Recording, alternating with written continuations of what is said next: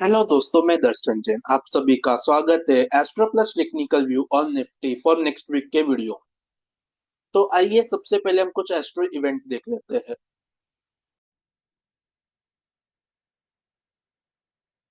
आज की डेट जिस दिन मैं वीडियो रिकॉर्ड कर रहा हूँ वो है 14 जून 2025। अगर आप यहाँ पे देख सकते हैं तो मैं हूँ सूर्य गोचर यानी कि सन ट्रांसिस्ट। सन सूर्य कल मिथुन राशि में प्रवेश करेंगे रविवार सुबह 6:52 पे, यानी कि इस समय जब मैं वीडियो रिकॉर्ड कर रहा हूँ वो है सूर्य है वृषभ राशि में यानी कि तौरस। और वो 15 जून को वृषभ राशि तौरस से निकल के चले जाएंगे मिथुन राशि यानी कि जेमिनी। और सूर्य जब जेमिनी में जाएंगे तो वहां पे बुध और गुरु पहले से ही है। मर्क्यूरी जुपिटर, बुध यानी मर्क्यूरी, गुरु मतलब जुपिटर और सूर्य भी चले जाएंगे। ये जो कुंडली आपको दिख रही है ये है 16 जून 2025 की। इस समय मंगल केतु साथ में है और बुध गुरु भी साथ में है और 15 जून से सूर्य उनको ज्वाइन कर लेगा। ये युति अगले कुछ 8 से 10 दिनों के लिए तक चलेगी जब मर्क्यूरी यहाँ से निकल के कर्क राशि में चले जाएंगे। तो अब बुध गुरु सूर्य यानी कि तीन प्लैनेट युति में रहेंगे नेक्स्ट पूरे वीक। मंगल केतु युति में हम क्विकली देख लेते हैं कि मंगल कब राशि ट्रांजिट कर रहे हैं।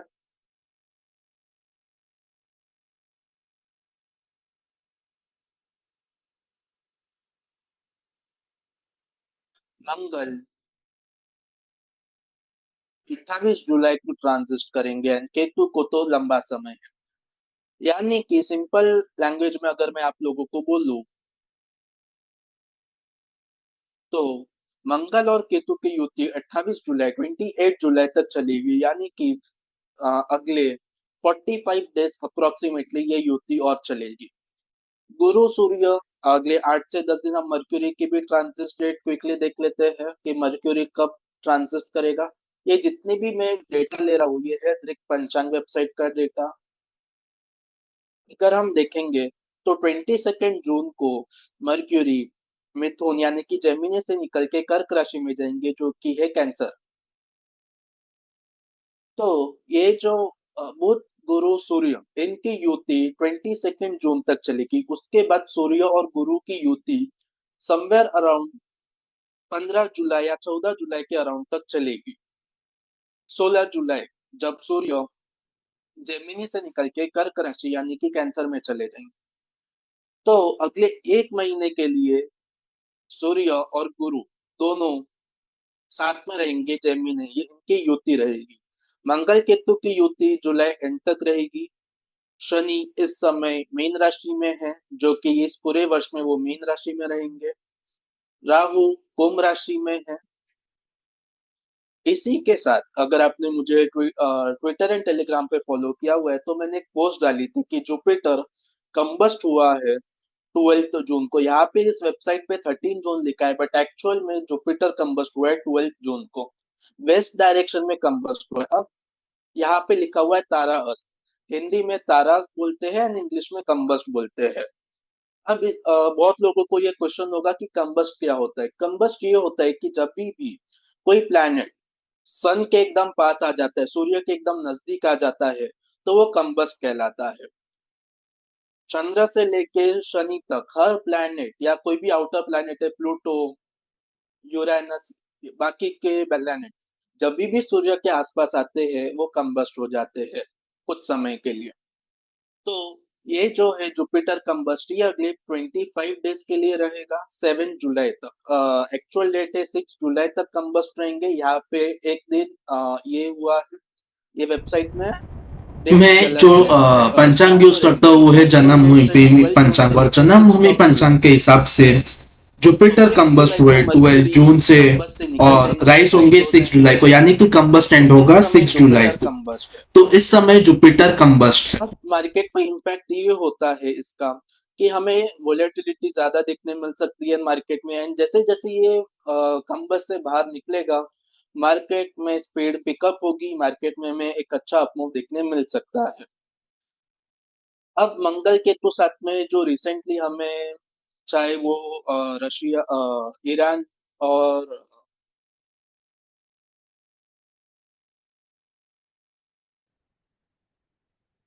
जो हमें रिसेंटली ईरान इसराइल का इशू देखने मिला, या फिर जो रिसेंटली बहुत बुरा हादसा जो एयर इंडिया का प्लेन क्रैश हुआ अहमदाबाद में, सेम डे एक ट्रेन डिरेल हुई, ये सब क्योंकि मंगल और केतु,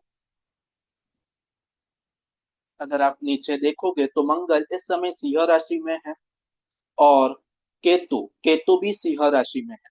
जब भी मंगल और केतु सिंह राशि में होते हैं साथ में, तो हमें ऐसी घटनाएं देखने मिलती है। अब जरूरी नहीं है कि हर टाइम हमें सिमिलर एक्टिविटीज देखने मिले, बट कहीं ना कहीं ऐसी कुछ ना कुछ छोटी मोटी एक्टिविटी होती है डिस्ट्रक्शन टाइप्स की, है ना। हमें रिसेंटली भी ये देखने मिला, एंड ऐसे बहुत सारी और छोटी छोटी चीजें जब तक ये युति में होते रहेगी।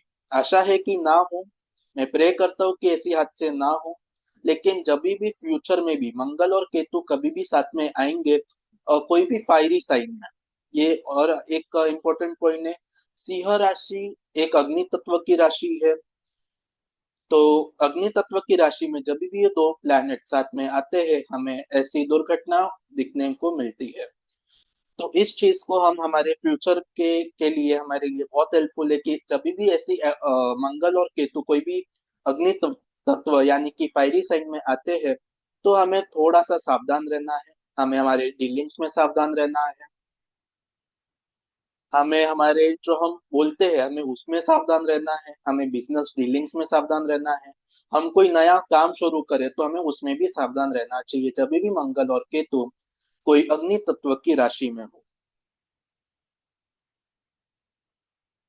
तो ये हो गया एक जनरल एस्ट्रोलॉजी का टॉपिक। अभी हम फिर से मार्केट पे आते हैं। तो मार्केट के लिए ये जो मंगल केतु की युति है अग्नि तत्व की राशि में यानी कि फायरी साइन में, ये एक वोलेटिलिटी हमें दिखाई दे।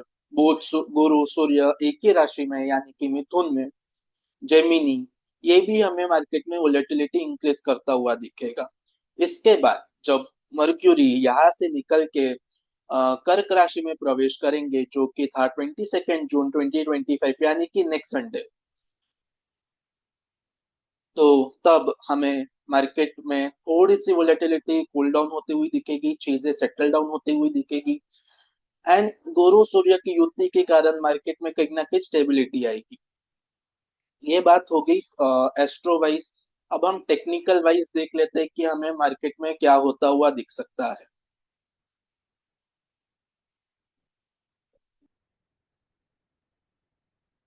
तो सबसे पहले हम निफ्टी का वीकली टाइम फ्रेम का चार्ट देखते हैं।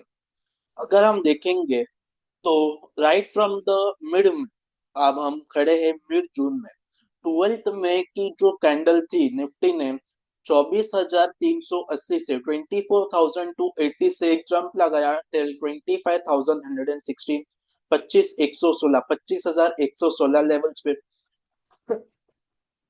सॉरी। उसके बाद मार्केट होगी साइडवेज, कंसोलिडेशन फेज में चलेगी।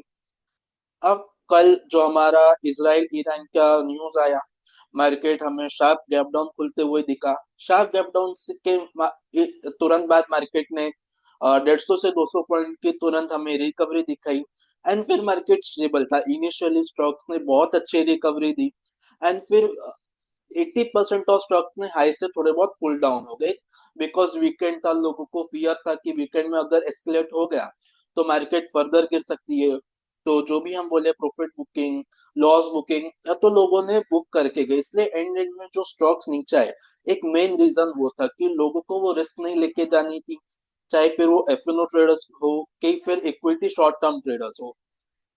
बट अगर आपने मेरा लास्ट मंथ यानी कि 2 हफ्ते पहले का वीडियो देखा होगा, जिसमें मैंने जून मंथ के लिए सब कुछ एक्सप्लेन किया था, मैंने उसमें के फ्लैग एंड पोल पैटर्न आप लोगों के साथ डिस्कस किया था। हमें अब तक किसका ब्रेकआउट तो देखने नहीं मिला है, लेकिन ये पैटर्न अभी भी इंटैक्ट है। मैं आप लोगों के लिए एक बार टारगेट्स रफली मैं फिर से आप लोगों को बता दूं, जो भी ये फर्स्ट टाइम वीडियो देख रहे हैं। तो ये जो फ्लैग की साइज है, ये है 700 पॉइंट्स। जैसे ही निफ्टी ये ब्रेकआउट करेगा, तो हमें मार्केट में 700 पॉइंट्स की अपफ्रंट रैली देखने मिल सकती है। एंड ये जो पोल की साइज है वो है समवेयर अराउंड 3400 पॉइंट्स। तो जैसे ही मार्केट ये ब्रेकआउट करता है हमें 3400 पॉइंट्स की रैली मार्केट में देखने मिल सकती है। अब जब मैं 3400 पॉइंट्स की बात करता हूँ तो वो समवेयर अराउंड आ जाता है 28500 के अराउंड। तो ये बेसिक सी चीज है कि मार्केट एक फटाक से तो ये टारगेट अचीव नहीं करेगा, तो हमें इसमें माइनर करेक्शंस, कंसोलिडेशंस वगैरह हमें देखने मिल सकते हैं इसमें। अब इसी के साथ हम चले जाते हैं डेली चार्ट पे। डेली चार्ट और इंटरेस्टिंग है इस समय। हाँ, इसी के साथ मैं बोलना चाहूंगा, फिर से हम 1 मिनट के लिए वीकली चार्ट पे चले जाएंगे। वीकली चार्ट इस समय बियरिश नहीं है। लास्ट वीक अगर आप ये सोच रहे हो कि ईरान के ये सब इश्यू के कारण आप मार्केट खराब हो चुकी है, तो निफ्टी का वीकली चार्ट ऐसा अब तक कोई भी सिग्नल नहीं दे रहा है। निफ्टी अभी भी वीकली टाइम फ्रेम की अगर हम कैंडल्स कंपेयर करें तो मार्केट काफी स्ट्रांग है। आपका लास्ट वीक, इस वीक की क्लोजिंग थी निफ्टी की 24,718। लास्ट वीक निफ्टी का लो था 24,500।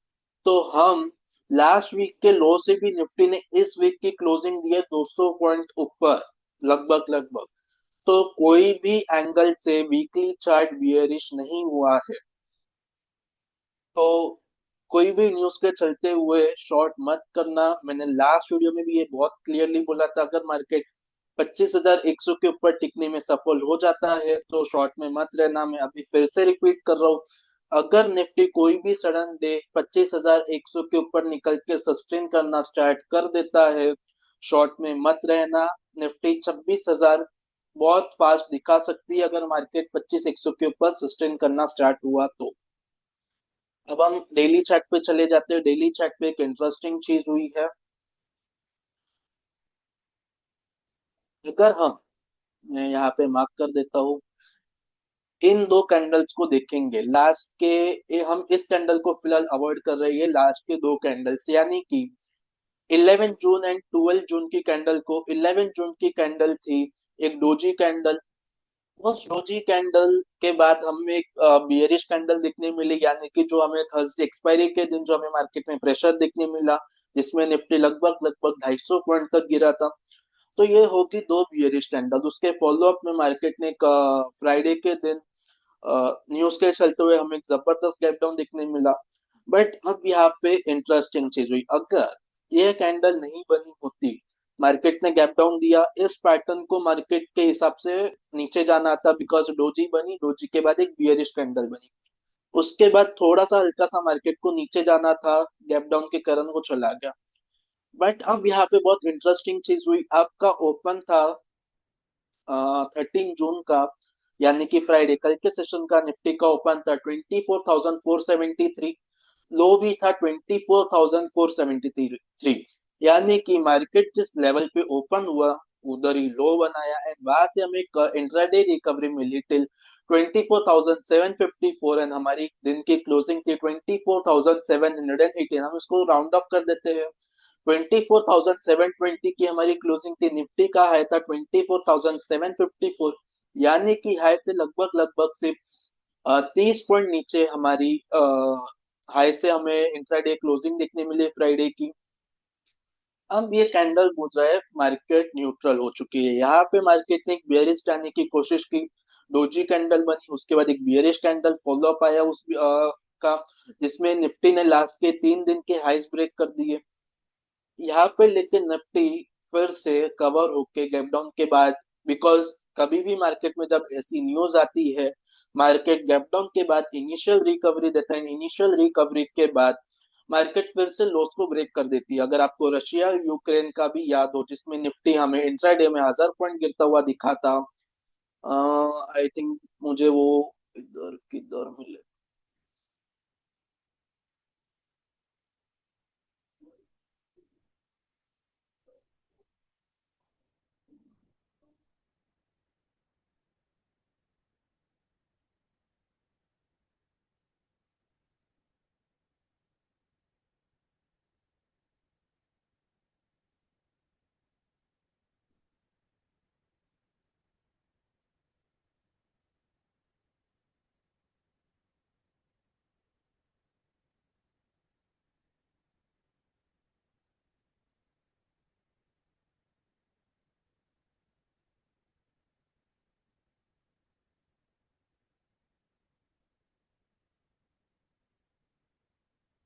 यस,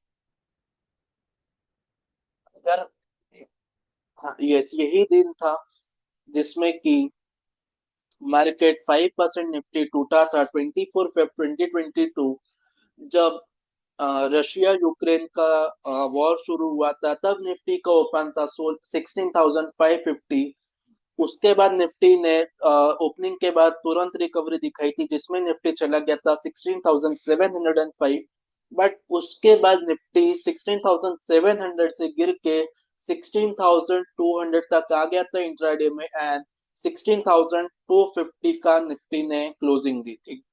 ये बात है 24 फ़रवरी 2022, आप डेट्स क्रॉस चेक कर सकते हैं, यही दिन था। उसके एक दो दिन मार्केट थोड़ा ऊपर चला एंड उसके बाद फिर से उन लोस को तोड़ दिया था। अब मेरा ये बात मैं शेयर करना चाहता हूँ, जब मार्केट कभी भी ऐसी न्यूज में आती है तो हमें इनिशियल रिकवरी के बाद मार्केट दिन के लोस तोड़ देता है, ओपनिंग के लोस। बट कल के सिनेरियो में मार्केट ने इंट्राडे ओपनिंग पे जो लोस लगा दिए वही पूरे दिन का लोस रहा, मार्केट ने उसे नहीं ब्रेक किया।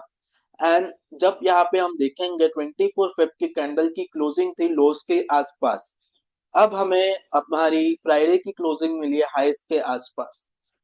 तो intraday chart, daily time frame पे चार्ट इस समय ये बोलने की कोशिश कर रहे हैं कि ज्यादा बड़ी मंदी मत सोचना इस समय, ये करंट फ्राइडे की क्लोजिंग के हिसाब से।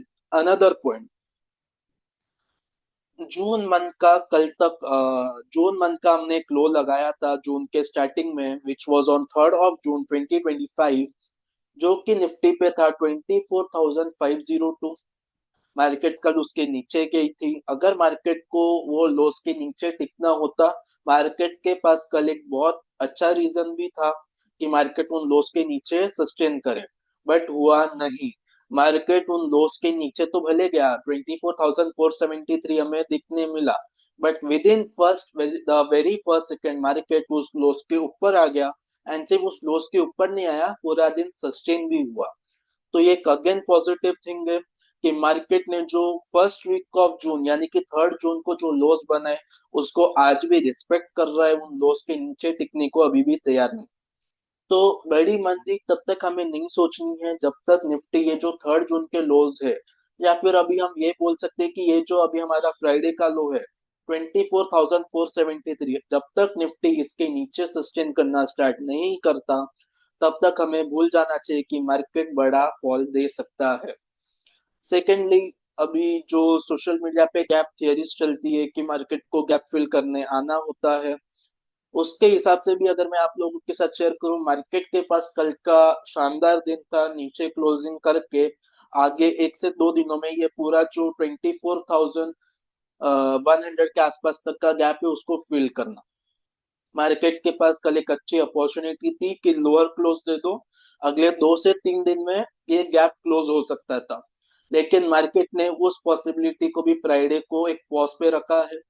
अब हम देखते हैं कि मंडे ट्यूसडे को अगर मार्केट हायर लेवल्स पे सस्टेन होता है तो मुझे कोई शॉक नहीं लगेगा अगर निफ्टी हमें 25,200, 25,300 जून एंड तक या मिड जुलाई से पहले पहले दिखा दे। जुलाई, अगर जुलाई मंथ का वीडियो तो मेरा डेफिनेटली आएगा, तब तक हम देखते हैं कि मार्केट क्या करता है। बट मेरी पर्सनल एक्सपेक्टेशन है कि निफ्टी फिर से 25,000 के ऊपर निकल कर सस्टेन करना स्टार्ट कर देना चाहिए। अगर निफ्टी 1 से 2 दिन हायर लेवल्स पे सस्टेन करता है तो ये हो गई बात हमारी वीकली चार्ट, इस समय बियरिश नहीं है। डेली चार्ट पे ये कैंडल अगेन बोल रहा है कि बड़ी मंदी अभी तक तो आप मत सोचो। हाँ, अगर यही निफ्टी 24,473 जाके ब्रेक करके नीचे सस्टेन करना स्टार्ट करे तो हमें ये गैप फिल होता हुआ भी दिखेगा। एंड फिर हमें इस दिन के लोस के आसपास यानी कि 9 मई के लोस के आसपास भी निफ्टी आता हुआ दिख सकता है। बट कब? अगर निफ्टी 24,473 के नीचे जाके सस्टेन करना स्टार्ट करे तो। अब नेक्स्ट वीक के लिए मैं कुछ इंपॉर्टेंट लेवल्स आप लोगों के साथ शेयर कर दूं। सबसे पहला इंपॉर्टेंट रेजिस्टेंस निफ्टी के लिए रहेगा वो है 24,850। अनदर इंपॉर्टेंट रेजिस्टेंस है 25,050। अगर आप देखोगे तो थर्सडे की जो मेजर फॉल आई थी 25,045 से आई थी, सॉरी, तो यही एक इम्पोर्टेंट रेजिस्टेंस रहेगा मार्केट के लिए। नीचे में अगर मैं सपोर्ट की बात करूं, तो अब सबसे पहला इम्पोर्टेंट सपोर्ट अराउंड इस लेवल पे आएगा 24,610। अगर मार्केट इसके नीचे जाता है तो हमारे फ्राइडेज के लोस इम्पोर्टेंट है, एंड अगर उसके नीचे जाता है तो ये गैप फिलिंग होगी। आशा करता हूँ आपको ये वीडियो पसंद आया होगा। पसंद आया हो तो लाइक एंड शेयर जरूर कीजिए, एंड अगर आपने चैनल को अब तक सब्सक्राइब नहीं किया है तो सब्सक्राइब कीजिए एंड बेल नोटिफिकेशन को ऑन कीजिए, ताकि फ्यूचर के वीडियो के अपलोड के नोटिफिकेशन आपको मिल सके। Thank you.